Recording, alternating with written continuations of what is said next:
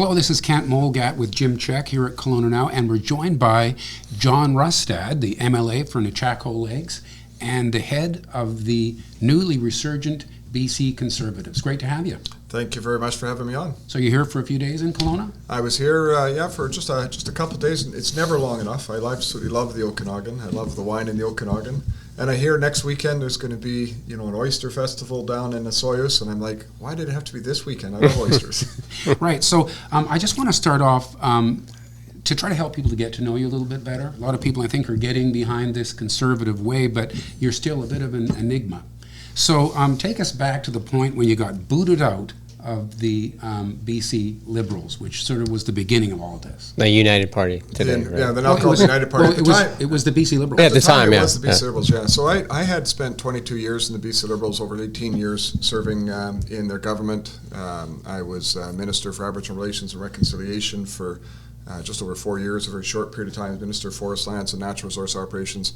So what ended up happening was there was an issue that came up that would impact my riding pretty significantly. And it was called the Farm Emissions Reduction Strategy from the federal government. And essentially what it meant is they wanted to reduce the use of nitrogen-based fertilizer and stop cows from farting and belching because they somehow felt that was going to change the weather. So this would have a pretty negative impact. I wanted to talk about this. I wasn't able to within the party. I tried through the structure. So finally in August of 2022, I put out a retweet of a Patrick Moore tweet, who was the founder, of course, of Greenpeace, which questioned the role of CO2 and had some other information. A couple of days later, everybody's trying to get a hold of me saying, you got to take this thing down, you got to take this thing down. So I finally talked to Kevin Falcon, and this was on August 18th, which just happened to be my birthday, actually. And I said, look, I've got to fight for my riding. This is a big issue. And he said, nope, you've got to parrot our party position. We want to be leaders in fighting climate change. We support the carbon tax. We support this process. And I said, I'm sorry, but I have to be able to fight for my riding. So he said, fine, hagam had me, and half an hour later I was kicked out of caucus. And I thought, okay, what do you do now, right? So I had lots of options in front of me, but ultimately what it came down to is I was so unhappy with where the province was going. It's been a disaster under this NDP government, and I did not see a path for the Liberal/United Party to actually be able to form government. So I thought, okay, I could either live with it, retire, or do something about it. And so that's when I decided, talking with my wife, to actually try to do something about it. So that's when I joined the Conservative Party of British Columbia just over a year ago now. So one of the things that sort of appealed to me as you started to form your persona as leader is when you talk about the fact that someone like yourself should be allowed to speak out of turn with their party. That all of this sort of party politics, or everyone gets in line, you would say is part of the problem. But it is part of the problem, and it's what ends up happening with that is you end up with a leader that basically just dictating what's going on, and you've got members that just have to sort of toe the line. Would you welcome someone to be out of line with the path that you set? There's got to be a balance, of course, because ultimately as a party you got to get things done. But at the same time, I'm actually going to be asking all of our candidates on day one of the election to take a pledge. And what that pledge will be that their number one priority will be their riding, representing their riding, speaking on behalf of their riding, and voting on behalf of their riding. And the party comes second. So obviously that's going to create challenges in terms of being a leader and bringing it together to get things done. But at the end of the day, I think people are sick and tired of electing a representative of a party to the riding. And what they should be electing is a representative of the riding to the party and to the province. Right. And so it's a shift, but I think it's an important shift that needs to happen. Do you think the public would embrace a party that would have perhaps open disagreement on a topic, vote it among their own caucus, and come out with and know that it wasn't unanimous? I don't know if that would hurt. But I think it's fine to be able to do that. But like I say, within reason, obviously, you've got to be able to get things done. If you're trying to pass a budget and you got 30 of your caucus say they're not happy about one thing or another in a budget, right, well, then your government's going to collapse and you're going to an election. So it's within reason. But at the same time, I don't think it's wrong for people to have differences. After all, there's 93 ridings across this province in this next election.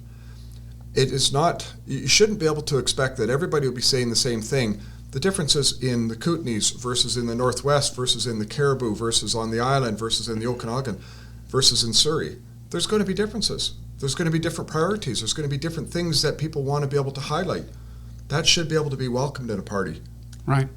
On that subject of the climate, though, where do you stand? I think there's been times when you've been reluctant to answer the question. Other times you've said, yes, we have climate change and that humans are playing a role. If someone's wondering, okay, where is John Rustad on climate change? So what I believe is that our climate is changing. There's no question about that. I mean, you can see it, all around us in terms of weather patterns, in terms of other issues. Climate is changing. There's no question as well that man is having an impact. The question is how big an impact that is and what is the cause of that impact.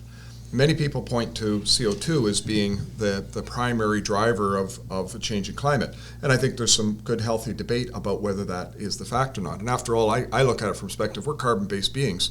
How is it that we're trying to convince ourselves that carbon is the problem? But when I look at... apparently it's a greenhouse gas. It is a greenhouse gas, but the percentage of change that is creating is what is a healthy debate, quite frankly, in the science community.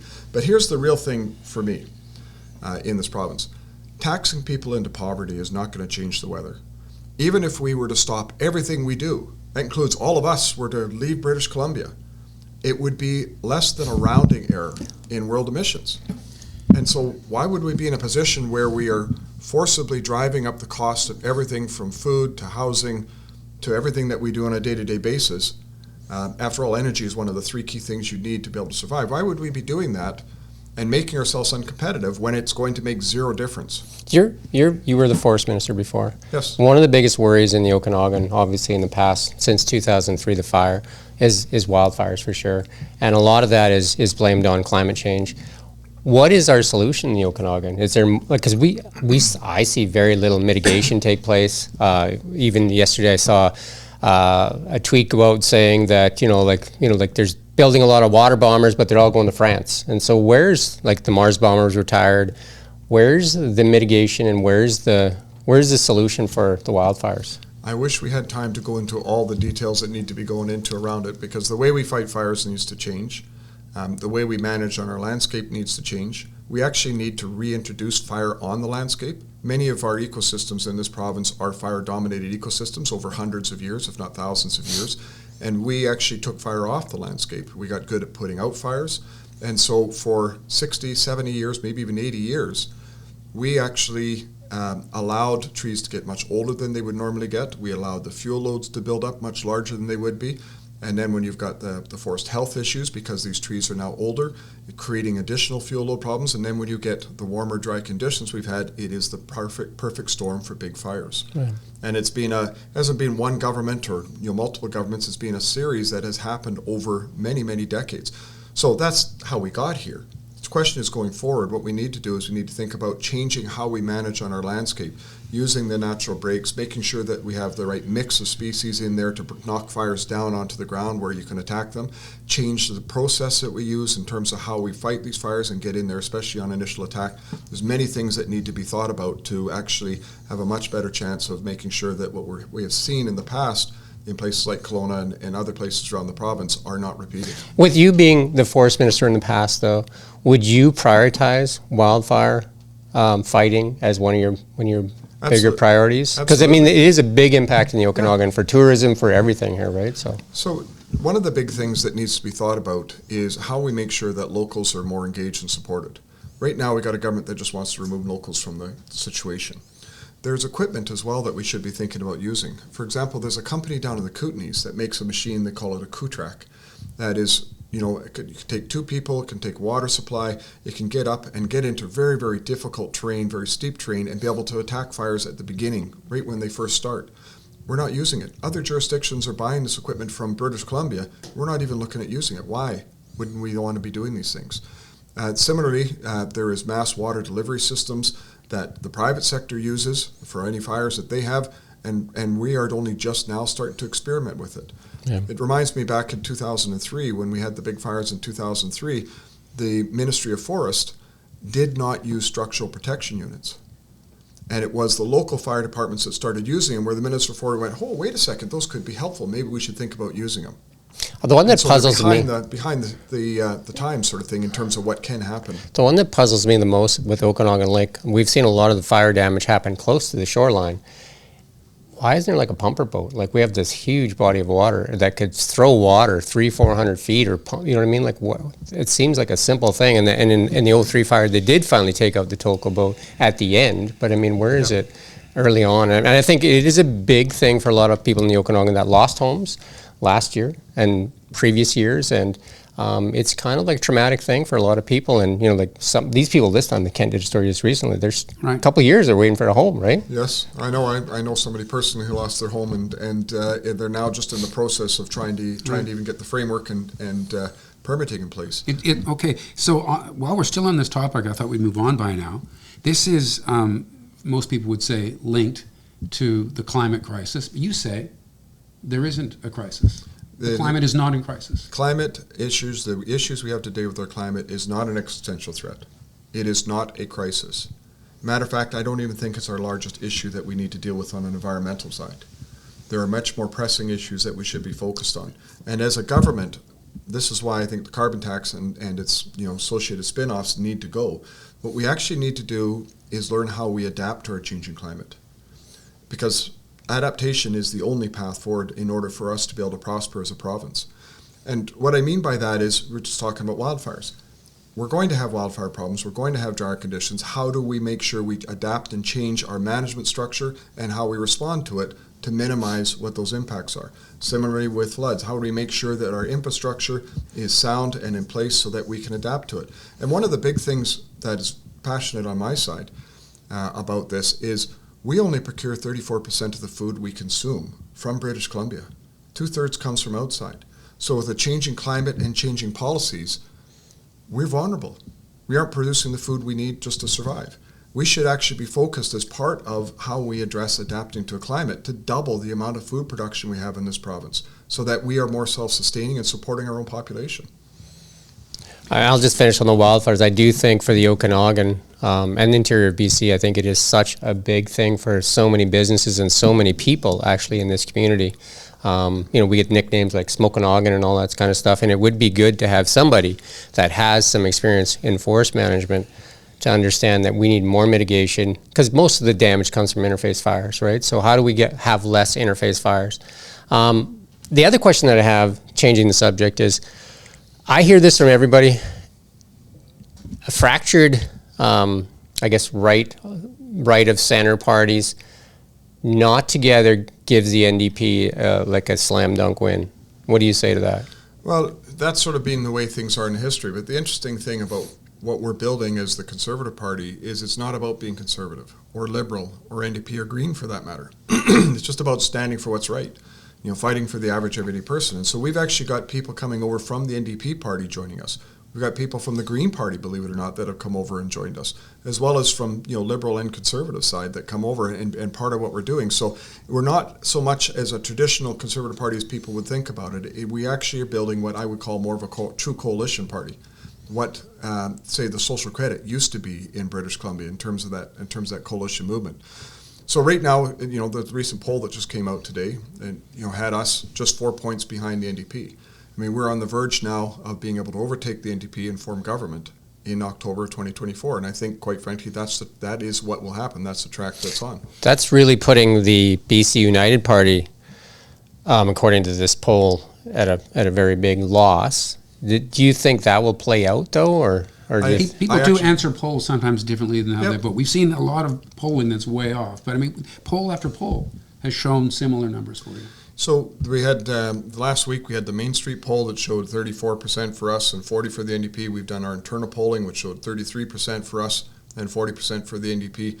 This poll's now coming out showing 38% for the NDP, 34% for us. So poll after poll is showing where we're at. And yes, one poll you can take out, and many times you have to look at polls from a perspective of not so much what the number is, but what the progress or what the change has been. And the change has been, over the last year, continually, we're on an upward trend, and the other three parties are on a downward trend. And that's I think, the real value here. You mentioned that you're bringing in people from, places you might not expect. There's Gwen O'Mahony, who was an NDP MLA from Chilliwack, who now, I think, lives in Nanaimo, yes, where she will now run for you. Okay, now lately, she's made a name for herself in this anti-SOGI effort that we see. playing out. Very divisive issue. And, you know, it's a little bit, I would say, maybe fringe isn't the right word, but it's a marginally held view. Your colleague, Bandman, was asked about it, and he said, no, don't call that fringe. 1 out of 5 isn't a fringe. So I just worry on your behalf that if you keep bringing in people that embrace those views that are on the edge, that does marginalize your ability to get those centrist voters. The issue for Gwen is not so much SOGI. It's what's going on in our schools. It's the fact that parents aren't being allowed to be in and engaged with their children's education. It's the fact that the content in our schools, quite frankly, we're not even allowed to use that language in the legislature. You wouldn't be able to broadcast the pictures that are being made available in books on your television because it would be considered pornography. And yet this is being made available for young kids. You got a 6-year-old child who comes home and sitting around the dinner table and says, Grandpa, is it okay that I'm a boy? This is a 6-year-old child. We should let kids be kids. Our education system needs to be about how we teach kids how to think, not what to think. And that's a big shift. And so that's what Gwen's on. But there's much more than that as well. One of the other things that Gwen is very passionate about is what's going on with safe supply and decriminalization. It's been an utter failure in this province. She wants to see that change. And there's a number of other issues on this where she feels the NDP have gone too radical in their views and perspective, and she says, no, we've got to come back to a more reasoned position. Right, okay, sorry. Let's jump to housing. There has been a lot of effort by this NDP government to tinker with things like short-term rentals and Spec tax, the speculation tax, and we have seen in Kelowna finally, after all, a little dip down.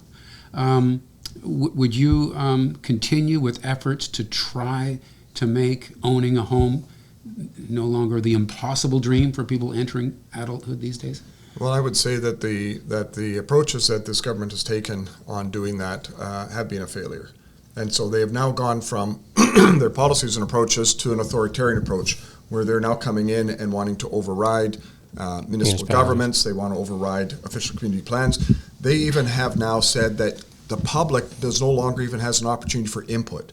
Like there's no public hearings about zoning, about changes. They've actually put that in the legislation. Things like short-term rentals, which of course are very critical for tourism areas. They've said, no, you're not allowed to do that. All of that should be the purview of local government zoning, not the province. The province should not be taking an authoritarian approach on doing this. And what the province should be doing is coming in and saying, look, we need 100,000 housing starts a year in British Columbia. That's what we need for the next decade. It's going to be $100 billion of investment that's needed per year for the next decade in this province just to get a stabilization of our housing market. The province should be coming into the cities and saying, we want to bring money to the table for your critical infrastructure like water and sewer. We want to work with you on that. Find a way to be able to get the permitting process cleaned up and going faster. Find a way to be able to get through your zoning process that you need to do. And we'll come in with that support so that it doesn't have to be passed on to the home buyer, but it can create that stability in the market and do the encouragement for investment. There's much more that needs to be done in housing as well, and those will be pieces that we'll roll out in the future as part of our platform. So the NDP, from what I see, it's a tax party. Like, it's just, since they've become into power, personal taxes in British Columbia have gone up, corporate taxes have gone up, sales taxes has increased the amount of stuff that they tax. Like, for instance, a vehicle, I was at the car show, a vehicle in an SUV, $52,000 of tax on this vehicle in British Columbia, $20,000 the same vehicle in Alberta. So $32,000 difference in taxation alone. Carbon taxes, property taxes, spec tax, the Airbnb, basically, I would say almost expropriating people's property, telling them they can't use it for certain things. And then the employer health tax. All of these things make it harder and harder and harder. Even, like, some of the policies where the government said when COVID was going on, we're going to help employers with sick days. And they did during COVID, and then they said, well, here you go, you got to give everybody 5 sick days. And some of the tourism businesses here that have employees that work in 3 or 4 restaurants, they're getting 5 in each place, even if they're part-time in that. And they're saying, how do they keep staffed like that? It just becomes harder and harder and harder. So the NDP seems to be a punitive party that decides to tax. How And incentivize what you were talking about there, incentivize people to build homes. That makes a lot more sense than punishing people. Even in Kelowna, one of the examples I'll give, and I'll shut up for a second. You got a question? Yeah, I got a question right here. So the Airbnb, so maybe you can find carriage homes. I think so, yes. Carriage homes and in Kelowna used to be like $2,500 now to get a permit. Now it's $25,000 because the province said you gotta increase the cost on DCCs. So do you know who makes the most money on new housing? Government. Yeah, on all it's about 30% of the cost of new housing. Non-value added into the home, and that's local, provincial, and federal. Overlapping each other. So look, the reality with what's going on with this NDP government. I mean, they've taken the budget from $53 billion to $89 billion, a 70% increase in their 7 years. 70% increase. Does anybody say anything else is improved by 70% over that time? If anything, everything's declined. Our public sector has grown by close to 50%. Has there been a 50% improvement in healthcare or in affordability or any other issue in this province? All those things are in crisis. So what is this government spending money on? And in this current budget, they're actually running close to a 10% deficit. And I actually think it's going to go much higher because they've overestimated the actual GDP growth of our province. Well, we're seeing net migration to Alberta. And exactly, we're seeing net migration, we're seeing investment leave, we're not seeing the new mines starting up or the investments that we need in our other resource sectors. And so, and for that matter, the investment in housing. Many of the companies that are focused on being able to build housing, both small and large projects, are looking at other jurisdictions other than British Columbia. We need to drive $100 billion annually into British Columbian housing. If we don't do that, housing prices are still going to continue to go up because of supply and demand. We have to be able to start curbing that down and creating that stability. So if you win, sorry, I'm going to ask this one last. If you win the election, what are the 3 or 4 things that get done right away under your leadership? A lot of things. More than 3 or 4 No. would have to get done. But I would say one of the first things we need to be implementing is some tax reform. You know that there's over 2,000 different taxes and fees and various charges that are implemented by a government.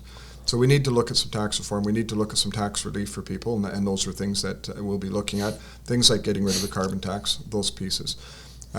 One of the first things that we will do, we need economic development. We need to see resource development. We have 3 more natural gas pipelines that are permitted to the coast. We built one. There's 3 more to go. Those permits start expiring in November. There's no need for them to be spending between $300 and $600 million going through the environmental assessment again. What we'll do is say we're going to extend those permits for 10 years. We're going to create the environment for the potential for new investment that's needed to be able to pay for the services that we want, to be able to pay for things like reducing our tax load and that side of things. So there's lots of those types of things that we need to do right away when we come in. But then, of course, we're going to be very aggressive with a lot of the legislative components because so much burden has been put on just the ability just to live everyday life that we need to be able to alleviate people of that. I want to bring up another challenge you face. The BC United Party has, 20 or 30 staff members as they start to get into election mode. You've got 2 with some part-timers or something. And we've seen some... And volunteers. Yeah, and we've seen some growing pains. You had a touted candidate, Dr. Stephen Malthouse, identified in your own, information that went out, this longtime physician, and then we hear, actually no, he was suspended by the BC College, and he's no longer our candidate. What happened there? Specifically, Sure. Why was he stripped of his candidacy? Was it because of his feelings about vaccines? He was sort of anti-vaccine oriented, or was it the fact that he hadn't been straight about his status as a doctor? What was the issue? No, I knew about his medical history and his fight with the college, and quite frankly, I support his fight against the mandates. So what was the problem? And against informed choice. There's been many things that, I've been working with them on getting rid of the Health Professions and Occupation Act, which is very, very detrimental to our healthcare workers. There's many of these things I work on, which is why I really wanted him as a candidate. Right. And unfortunately, additional information that we did not know about did come forward. That information, wasn't consistent with where we wanted to be as a party. Was it on that topic? Because I think he had said some ridiculous things that like that vaccines make you magnetic or something. I actually don't want to go into it because I have a lot of respect for Stephen. I have a lot of respect for his fight and what he's done. And so there were the issues that came up that unfortunately, as a party, the only reason I'm asking so much is I just think it's important that voters kind of, okay, what are the boundaries? Because there are, like I say, there are some people some of their ideas are on the margins a bit. Where is the line on that COVID response subject? From our perspective, in terms of COVID, so the mandates have to go. Now, how is BC different? How is BC's science different than the rest of North America? Exactly. It's become an ideology. It is not about science. And quite frankly, I actually believe that our healthcare workers and other workers that were let go, were fired because they refused to take it, they should actually be compensated for that. And that's something we're going to look into in terms of it, because I don't believe that they were rightly dismissed. And so I think you would pay their lost wages. Well, we'd have to look into what that compensation package would look like. But I think, quite frankly, we should be doing that, because I don't think it was right to do what was done. And we're seeing now cases come forward in tribunals that agree with that position. In the United States, I've seen it for sure. And in Canada, right, where we've had employers that fired people because they weren't refused to be vaccinated, and they're now being forced to pay compensation.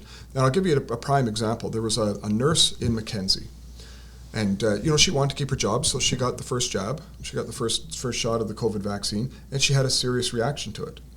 And so she went to her doctor and said, "Oh my God, like what's going on?" And so the doctor looked and said, "Look, I think you're going to be okay, but please do not take another shot, because clearly this is reacting negatively with your body." So she took her doctor's advice. She didn't take that. She lost her job. She's not working as a nurse. How is that right? How is that right in this province? Well, in that case, I think with the doctor's note, she probably has a case. But the point is, I believe strongly in informed choice. It's your bodily autonomy. You should be able to make those decisions. It shouldn't be a government that comes in and use coercion or cajoling people into having to take a vaccine. I don't believe that should be the role of government. Government needs to be able to provide information. They got to keep people safe. They got to get the information out there. But ultimately, this is about you engaging with your doctor, having a discussion, making a decision. Shifting topics. What do you think about Kevin Falcon saying not axe the tax, but spike the hike, to use one of Poilievre's rhyming policies? Kevin Falcon is trying very hard to sit in the middle of a picket fence. He wants to have one side on both sides. He wants to be a leader fighting climate change, but he wants to kind of pretend he doesn't like it. He wants to be a leader, in doing things like, for example, getting rid of decriminalization and safe supply. But then he says, but it needs to be implemented with the right safeguards. Yeah. So he's trying to be on the same side of both issues, and that's why I think, quite frankly, his party is doing so poorly, is because he's... But I have one last selfish question. Sure. For sure. We're a independent local media outlet. We are, like many media outlets in Kelowna alone, we've seen the loss of 3 outlets because of Bill C-18, and we've seen one in Kamloops, Bill C-18. Bill C-18 is hurting local independent outlets. It's taken away about 200,000 people in our audience that we worked like 10 years, that Kent's worked really hard in developing. We've also applied for the journalism credit. We've been told by the organization, by the Heritage Minister, that we don't qualify because we're not journalists.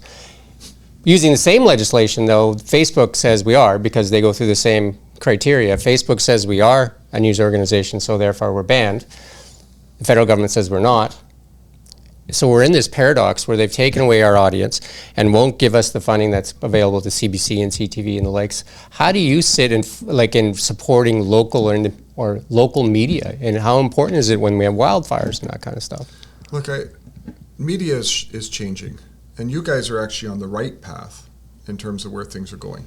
And I think, quite frankly, the future of media is going to look very different than it does today. And I don't think it should be a government's role to say what should happen and what shouldn't happen within the media. I mean, the media industry is going to work that out in terms of what sort of model can happen. But what I disagree with strongly is any piece of legislation, whether it's provincial or national in nature, that limits free speech, that limits the freedom of the media and their ability to be able to go forward with what they do. I think those things are a huge overreach by governments, and it's to the detriment of our society. Freedom of speech is the core foundation of democracy, and if you're limiting that, what are you doing to your democracy? Would you help us fight Bill C-18? Certainly. Because we never asked Facebook for money. We don't want money from the government either. We just want the audience that we earned back. Facebook is a symbiotic relationship with us. CBC, CTV, us, Global, everybody. We put our information on there freely. Like, nobody has to put it on there. We put it there because we get traffic from them. Yes. So somehow they came up with this idea that, and it just seems odd that, Look, that they took our audience away. And I'll give you my straight perspective on it. When I looked at that bill, and first of all, certainly if we have the opportunity to form government, we will be requesting that they get rid of that sort of stuff, that sort of bill. If the current Trudeau government won't do it, hopefully the future government will do it, and we'll certainly be fighting on that behalf. But I look at that and I think, what was the purpose of doing that? And there's only one purpose of doing that as a government. You're trying to control the narrative. You're trying to make sure that the only information out there is the narrative that you want forwarded. And I think that is completely wrong by government. Matter of fact, to the point, and this is more BC, not quite related, but freedom of information in this province, the way the legislation is written, it should actually be called restriction on information, not freedom of information. This is the public's information. We should actually be making everything that can be made public. Make it available right from the beginning. And the job of the Freedom of Information Officer should be to say what can't be made public, so that there's no need to do freedom of information requests. Give the public the information and let them then judge governments and other organizations based on the facts, not based on whatever spin they're putting out. Not based on whatever spin. Like, political parties like to work in the shadows. Let's bring that to an end and change politics. Speaking of bringing to an end, I look at the consequences of their actions, and I have to wonder if that wasn't what was intended. I think it was. Yeah. Anyway, I think we have to wrap it up. We've taken a lot of your time, and it's been a great conversation. Coming in. It's great to meet you. My pleasure. Thanks for having me on. I hope we get an opportunity to do this again. Yeah, hopefully we're still around. How does next week sound? Should be good. And we'll be here next week for sure. and thanks for checking us out on Kelowna Now. That was great.